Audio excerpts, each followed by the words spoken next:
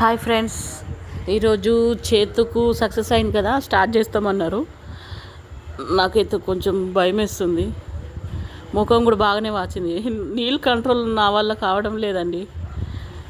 ఏం చేస్తాం, డాక్టర్ ఏమో తిడుతున్నాడు నీళ్ళు కంట్రోల్ లేకుంటే ఎట్లా అని. 4.5 పెరిగిన భయం వేస్తుంది, ఫ్యూచర్లో ఎట్లనో ఏమో అని. చేతి అయితే సక్సెస్ అయింది, పెట్టేసి చూడండి, చూసారా.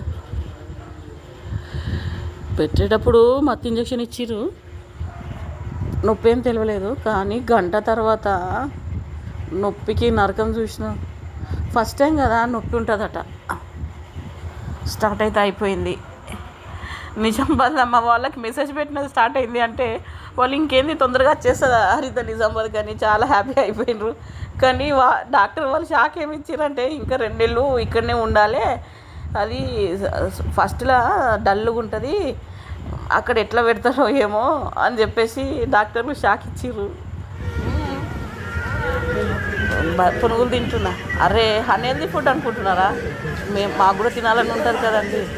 అయితే డయాలసిస్ ముందు డాక్టర్లు ఇష్టమైన ఫుడ్ తినరండి అని అంటారు. చికెన్ బిర్యానీ ఏదన్నా అంటే డయాలసిస్ అయిపోతుంది కదా, అట్లా 4 అవర్స్లో ఫిల్టర్ అయిపోతుంది అనమాట.